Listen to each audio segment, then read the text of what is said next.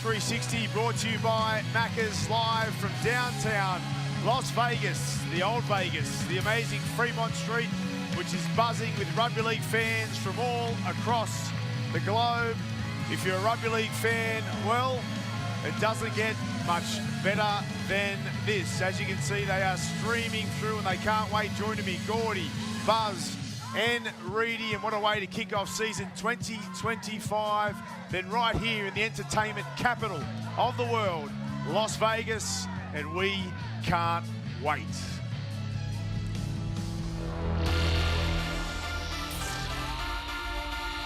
We're back again in 2025, Allegiant Stadium. Welcome to Rugby League Las Vegas, right here on Fox League. All up this Sunday, 4 matches, big matches. They're back in town. Beginning 8:30 a.m. Sydney time, Wigan versus Warrington. The reigning English Super League champions up against Sam Burgess's wonderful Warrington Wolves. How good is that? 11 o'clock Sydney time, 10 in Brisbane.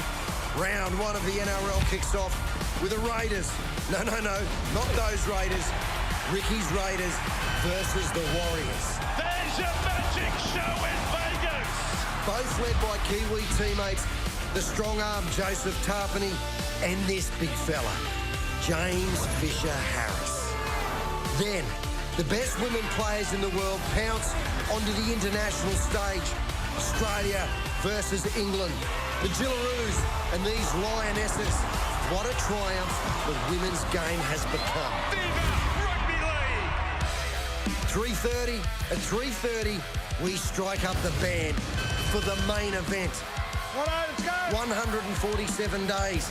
That's how long the wait has been. Come on, let's move. 147 days for every team, every player, every coach to find the answers to stop a modern-day sporting giant. Together? Yes, it's the Penrith Panthers. 4-time straight NRL Premiership champions up against these Cronulla Sutherland Sharks. Here's Nathan Cleary. Brilliant stepping. The wonderfully gifted Nathan Cleary versus the sheer power and attitude of prize recruit Adam Fanua-Blake. What a matchup. What a day in rugby league history. Those are some Newcastle have won the grand final. Cleary scored. All the way from Las Vegas, Nevada, where the rule is you dream big and live even bigger.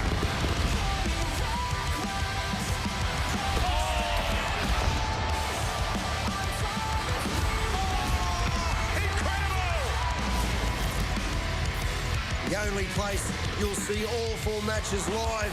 Right here. That's it, right here on Fox League.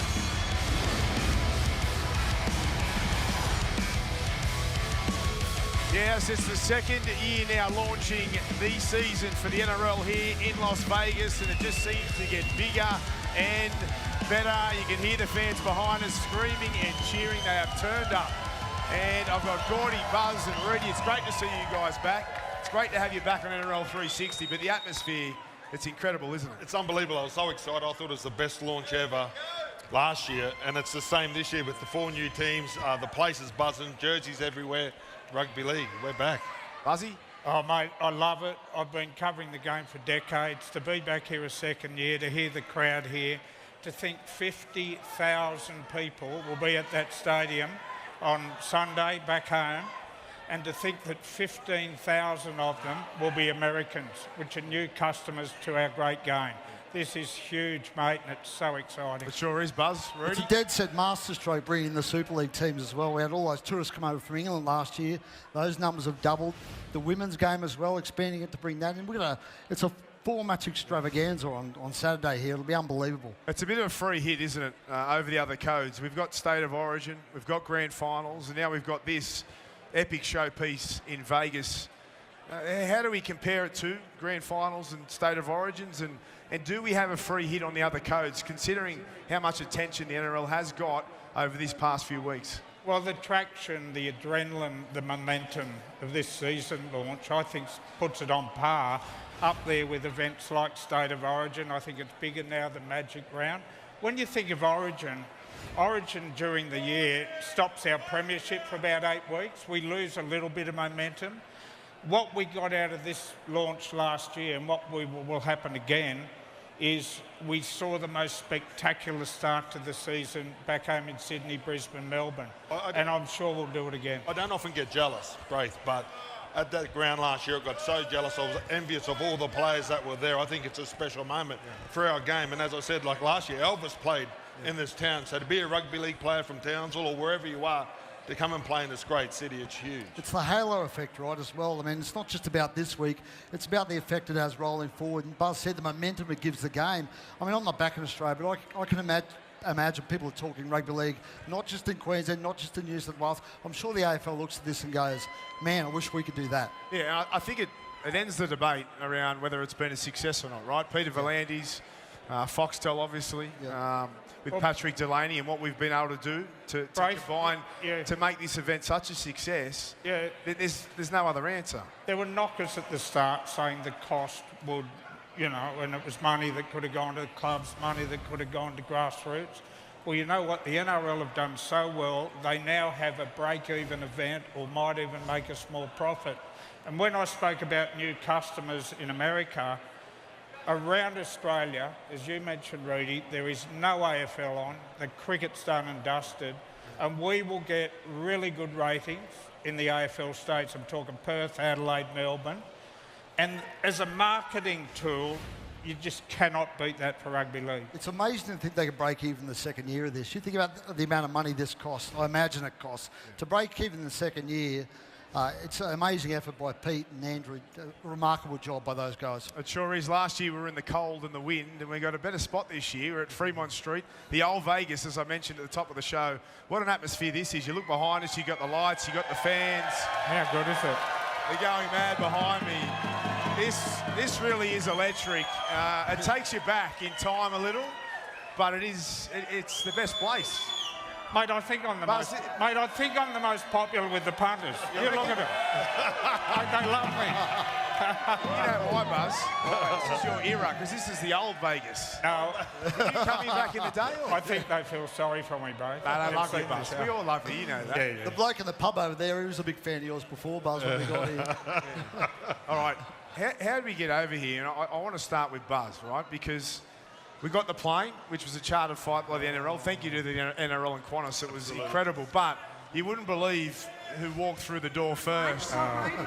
He had row 1, seat 1, the great Buzz Rothfield. He was even ahead of Peter V'landys on the plane, who was a few rows back. Now, how'd you pull this off? I don't know, mate. I don't know. I think the NRL were determined to ensure that I give a reasonably positive coverage while we're over here. So if there's anything goes wrong at the stadium on Sunday, I'll be very reluctant to write about it. You were sitting near the pilot. Now, Reedy was sitting near the toilet. Right next to the toilet. Where were you? 59K, right next door. But I was on the aisle, so it was convenient. It's convenient, yeah. Yeah, very convenient. All right. Did you find that jacket in the overhead? Wow. It's a bit harsh. Okay, let's stick with the. This is what's going on here. This was my big occasion jacket. Yeah, Right? well, I don't forget it on big occasions. Magic round in Vegas, baby. It brings out your eyes. Gordy's got the gangster look going. A bit of Peaky Blinders over here. What have we been getting up to in Vegas? I know we've had some fun. We've only been here for just over 24 hours, but anything exciting? Buzz, I'll come to you first. Well, mate, we're actually working journalists. We work for the Daily Telegraph. Oh, here we go. Please. And, mate, you know what? We've got laptops and keyboards and we actually work. Really? We file stories. Okay, I don't believe it. It's not a holiday. And we prepare for this great show. In between assignments, we've managed to find nice restaurants and a couple of nice bars. I'll tell you who's found some nice restaurants. Reedy.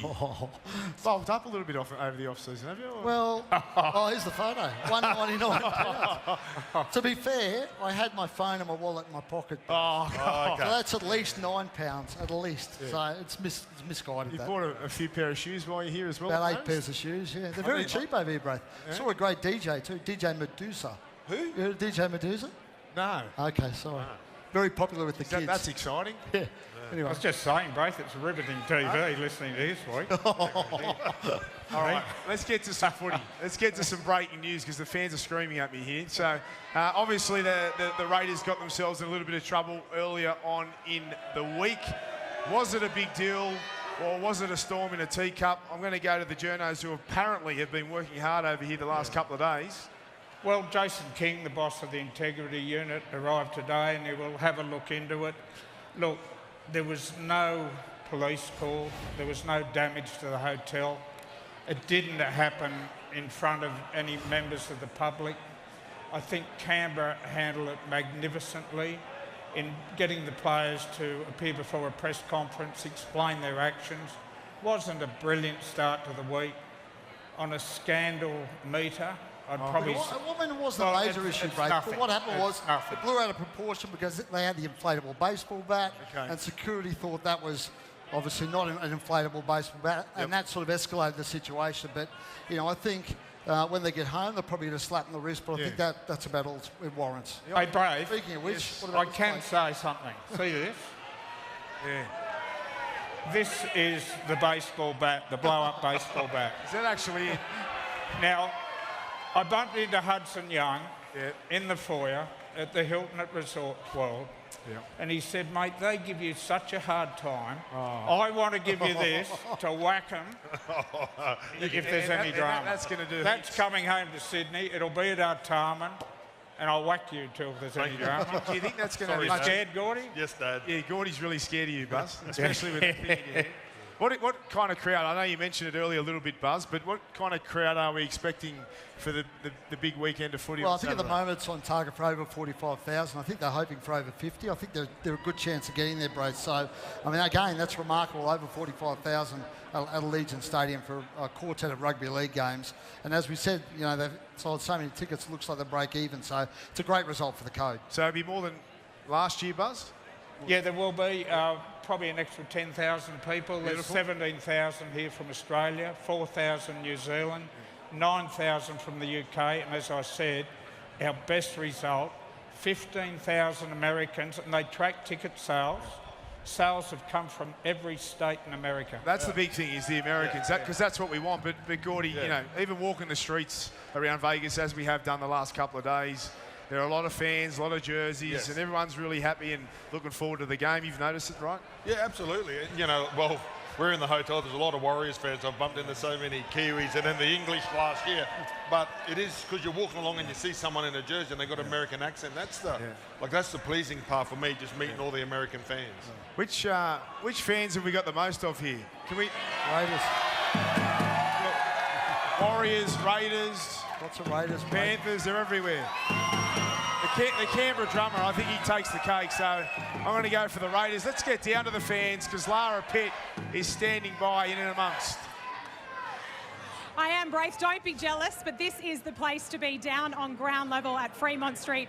We have taken over downtown Las Vegas Fox League all week long. Plenty of eyeballs, plenty of interest in the greatest game of all. And I have to tell you, this is the place to be because more than 24 million visitors, they come through Fremont Street each and every year. This is the very first street that ever was in Las Vegas, and all these hotels, all these casinos around us, they were the very first of their kind in Sin City over a century ago. It's had a revamp, it's had a rebuild. It is now known as the Fremont Street Experience, and I can tell you our fans, they are soaking up every bit of it. Up the wires right behind me. I have to tell you, all the fans are supported right across our game, not just the teams that are here this weekend. I have to say, the biggest support I've noticed is coming from the Wigan Warriors. They... Maybe not here right now, but earlier today at the season launch, their chants were loud, they were proud, and they are going to provide an enormous atmosphere to kick off game day at Allegiant Stadium. Speaking of fans, I think we've tracked down the #1 supporter for Cronulla Sharks. He happens to be a legend of our great game, and he's a recent Hall of Famer for Cronulla. We have got the great Andrew Eddinghausen. E.T., we are soaking this all up. How do you feel about this, knowing that your beloved Sharks are a part of year 2 of this enormous expedition? Yeah, it's amazing. As soon as the Sharkies' names came out of the the 4 teams, I went, I've got to be there. You know, it's a piece of history. It's you can see everybody here. So many people have gathered. It's just great to walk around. You almost go 50 metres and you're talking to another fan of the great game rugby league. So it's been very special. You've absolutely been mobbed since you've been here, signing autographs, getting photos. What have you taken from seeing the fans and where have they come from of the conversations you've had so far? Yeah, well, the great thing is they're all over the world. So Australia, New Zealand, and of course England. And you bump into some Americans as well, all ready to cheer for their team, which is fantastic. And you know, I just love the whole atmosphere here. As soon as I got off the plane, it was just a buzz, and it's just continued all the way through. And this place is amazing. Yeah. Cronulla, they have been in America for a few days. They went to LA, but they've entrenched themselves in Las Vegas. You've been in the inner sanctum of the Sharks. What have they been up to? What have you been up to since you touched down? Yeah, well, Fitzy, the coach, is really happy with the boys. He said yesterday they just upped the ante themselves. They were really in high spirits. And you know, it's great to see, you know, these games, even for those guys, could be a once-in-a-lifetime event. So really important for them to get out here. It's the first game of the season. They're playing the Panthers, which, you know, what a team they've been. So, you know, but these are the teams you really, you know, as a professional footy player, these are the teams you want to play against. You don't want to play the weaker teams. You want to play the best. So, you know, I think the Sharkies are going to be up for it. Now, rugby league, this is a bold move coming to America, but you were here some years ago in 1987 when they came here for the State of Origin exhibition game. What was that like? How did the Americans at the time, do you remember, received our great game?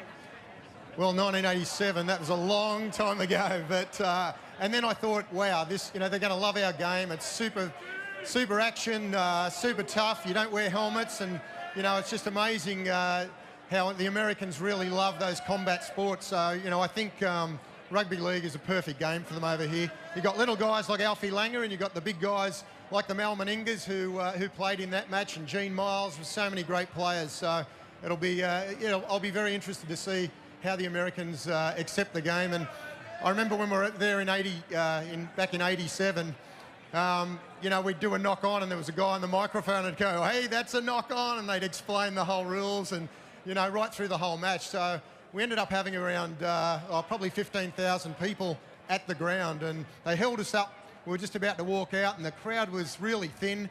And they said, "Look, all the crowd's just turned up now at 8 o'clock." So we waited half an hour, and the place was full. So it was really good, and they had it was a great experience. I think the Blues won that game, which was a good one as well. But you know, it's going to be a fantastic Saturday. So many great teams, and it's really good to have that mix. We've got a few days until kick-off at Allegiant Stadium. I know you're going to soak up all that Las Vegas has to offer. E.T., thanks so much for joining us, and enjoy the spectacle on the weekend. Yeah, can't wait. And Braith, there are plenty of legends in town, and we will catch up with more of them in the build-up to Saturday. Thank you, Lars. Amazing as always. Now, we're going to cover the Women's and Super League throughout the week, but let's get to the NRL with the Sportsbet team list. The Penrith Panthers taking on the Cronulla Sharks. And here they are, the Panthers, 4 premierships in a row, will be clear favourites to take on the Sharks. How do we see this one? Will the Panthers continue on their winning ways? Can they go 5 premierships in a row, and can they beat the Sharks this weekend? Oh, look, I've got no doubt they've got the team to win 5 premierships. Whether this time of the year they're ready to go again. A little bit worried about the trial. They had a trial, I think it was against Manly, that they cancelled. Nathan Cleary and Dylan Edwards, their 2 champions, haven't played yet. Yeah. And I think Cronulla are probably going into it, probably better prepared. I'm not worried about the trials, Buzz. I'm not worried about that at all. Now, the big one for me is Leauge and Fisher-Harris leaving, okay? Yeah.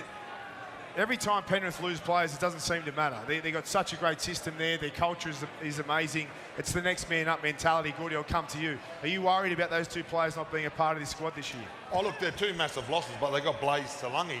And what do you think of him going to play in the 6th role? So, yeah, they lose one, but they get another young, exciting kid. And there's Nathan Cleary, and we saw when Cleary's out, Isaiah Yeo takes the reins. So I still think they've got enough there. Just with Blaze Talangi, he was the Australian schoolboys 5'8". So, yeah, right. You know, when you look at Australian schoolboys 5'8", they're the heir apparent. They're the next in line. I know he's only young. He's got a great build for a 5'8". He's electric, got good footwork, great speed and power, running over Tom Trbojevic just here. He may not be quite ready, but I feel like in that system he will be soon. But Reedy, are you hearing other reports coming out of Penrith? Well, I think the issue was he had a shoulder reconstruction in the off-season, so he wasn't with the team all the time on the park. I just don't think he's as advanced as maybe they thought he would be in terms of his football knowledge and his football nous. And look, they're very confident he'll get there eventually, but for the time being, they believe Jack Cole's the right guy to play 5'8" beside Nathan Cleary. But, you know, Blaze has signed a long-term deal there, and he's what, I think he's 19 at the moment, Blaze, so Brady, he's got time on his side. Yeah, look, they've got the most stunning production line of talent. In reserve grade, they played reserve. All the boys were already in New Zealand, and they put 38 points on Manly in a trial game. And it's easy to say it's only a trial game, but what that showed you is they have a nursery like no other club in this game. You can't keep losing the people they lose. Well, they have, mate. They have for the last 4 years. They've also lost coaches. Year, for me, this is the biggest year. They've lost losing Leauge and Fisher-Harris.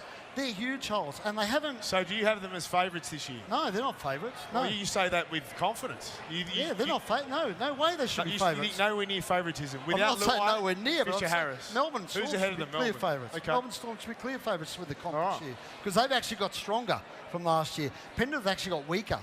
And I know they've compensated for it before, but the two players they've lost, they haven't really replaced them. Yeah. You could say the signed Blaze Flying. Hey, Rudy, you could have said that about Crichton. You should have said it about Kickow. You could have said it about any of the champions who have left that club. Yeah. They keep on doing it.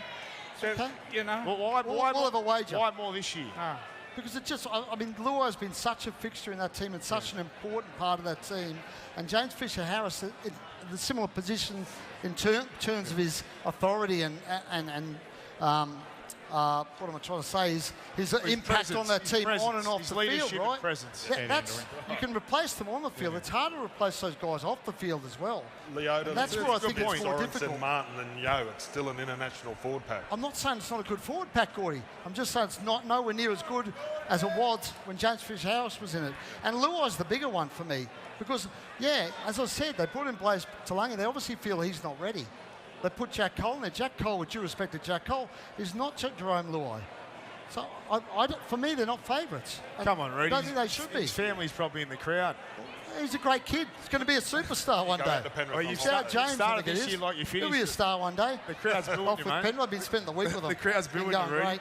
All right, let's move over to the Sharks now. I mean, I think Penrith deserve to be favourites still, if you ask me. To win the comp? Yeah, I do. I think, you know, I don't disagree with a lot of what you're saying. And Melbourne didn't even look like winning that grand final. They've got some work to do. They've got some players they've picked up. It's going to be fascinating to see how it unfolds. What also is going to be fascinating is how Buzz's Sharks go this year. They get so close every year and they just can't get it done, Buzz. Yeah. Tell me, can they get it done?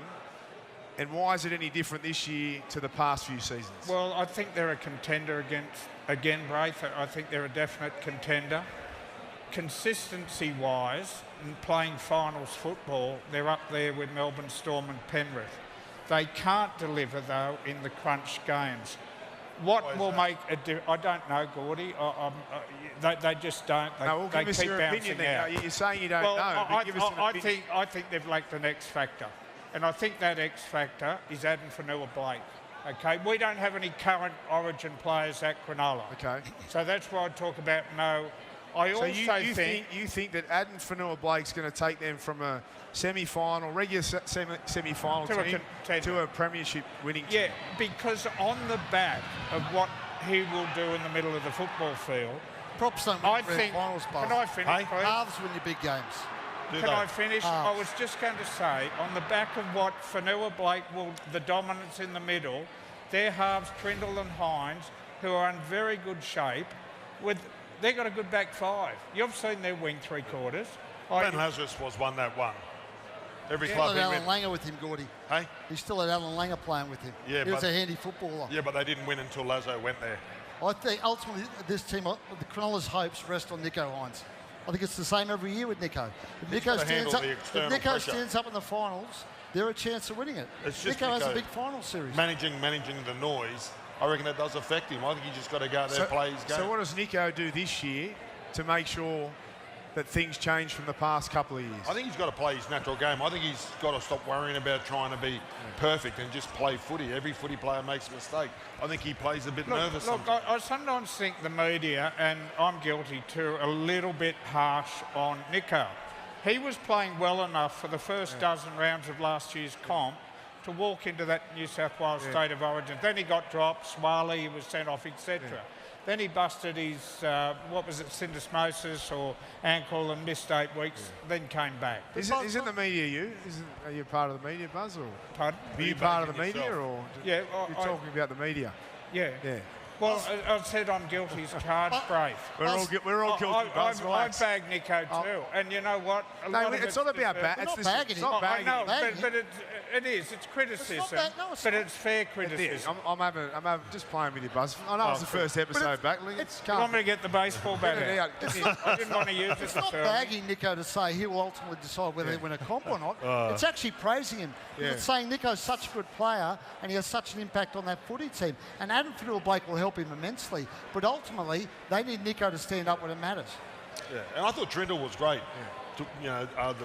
The back end of the year, I thought he was absolutely fantastic and took a bit of Well, do you think pressure. they can win the comp? They want to play better than what they did last year. Yeah, but, you know. But they are consistent and they defend well and they get through it. But there's something lacking, and I thought they were light on. Well, they've got Aiden Fennell-Blake there, but it's whether Nico Hines can take the game by the scruff of the neck. Can you believe there's just 4 blokes here, just us sitting here talking rugby league? Mate? I can't. How good is it? It's unbelievable. Now let's talk about the summer of love. Buzz, or Reedy, whoever, the feuds of last year, have they fizzled? Or, because I'm hearing rumours that you two have been working the room a bit and declare what feud's over. Rafe, what I do, and you know I have a history of falling out with various people during the season, because I'd like to tell as I see it, and I normally spend the off-season patching up old friendships. And I have. That's beautiful. How'd you go this year? Well, let's start with Richo. So who is the it? great Richo at the West Tigers. Oh, He Richo. gave it to us. Gave it to the show last year. Yeah, Richo. The great Richo now. The great Richo. I went out to Concord and had a cup of tea with him. Did he go to Grappa? Do you know why I went out there? Because I think the West Tigers are going places this year and I want to have a he's changed his tune. Oh, you tell him. Where do you think they'll finish? All I want to know is who paid for the cup of coffee? Richo. Of course he did. I agree. What do you want me to fight with everyone in the game? No, Buzz, I agree with you. For the first time. Have you got any feud? No, of course I do. I do now. I'm working on this show, I'll tell you that. For the first time in a long time, I really agree that the Tigers are going to improve a lot. I think they've bought well. You know, Benji, Reedy, your feud, what have you patched over in the off-season? I caught up with Robbo. We bumped into each other at their sponsorship launch. I hadn't spoken to Robbo in about 18 months. Right. We caught up, had a chat, about 10 minutes. Yeah, it was pleasant. Very pleasant. Was it in Vegas he wouldn't shake your hand? Is that right? Or? Speaking of Vegas, you know who's in Vegas, Braith? Who? Blake Solly. Oh. Perhaps you should catch up. Extend the hand of friendship and maybe... Well, I don't deal come on. Make up. You gotta bury the hatchet, mate. You gotta. What about you? I don't have one. What about you and Madge? I don't Mate, have a you've feud. given it to him. When? You always have. Because Kevin's your best mate. I just can't get Tiger Town out of my head. Tiger Town. And he's got That's a long time ago, Gordon. It's been fun, but we're going to get to a break after it. We're going to have 2 of the heaviest hitters in our game. Peter V'landys, the boss of the NRL, and Patrick Delaney, the CEO of the Foxtel Group. Stick around. Tonight